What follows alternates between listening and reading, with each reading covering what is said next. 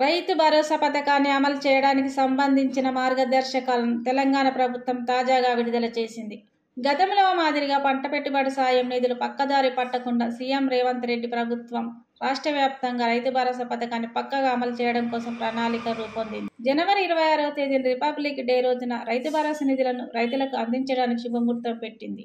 ఇక వ్యవసాయ యోగ్యమైన భూములకు ఎకరానికి 6,000 చొప్పున పెట్టుబడి సాయం రైతుల ఖాతాలో జమ చేయనుంది.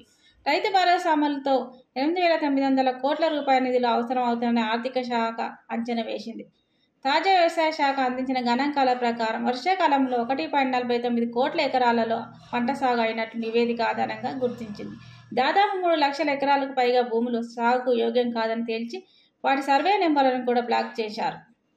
తెలంగాణ ప్రభుత్వం జనవరి 26 నుంచి అందజేయన రైతు భరోసా వ్యవసాయ పెట్టుబడి సాయం పథకం యాసంగి 2024-2025 ఎకరానికి 12,000 కోసం అర్హులైన రైతులు దరఖాస్తు కోసం అవసరమైన పత్రాలు సిద్ధం చేసుకున్న వ్యవసాయ శాఖ తెలిపింది.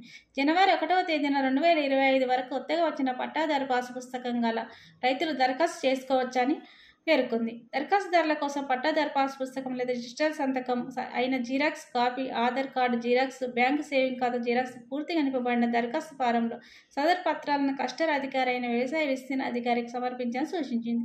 గతంలో పెట్టుబడి సాయం వచ్చిన రైతుల మార్పు కావాల్సిన రైతులు దరఖాస్తు ఫారం నింపి సమర్పించాలని తెలిపింది.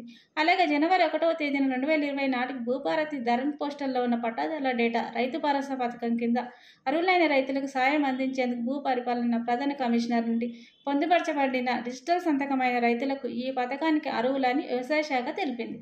గతంలో రైతు బంధు పొందిన రైతులు మళ్లీ దరఖాస్తు చేసుకోవాల్సిన అవసరం లేదని స్పష్టం చేసింది.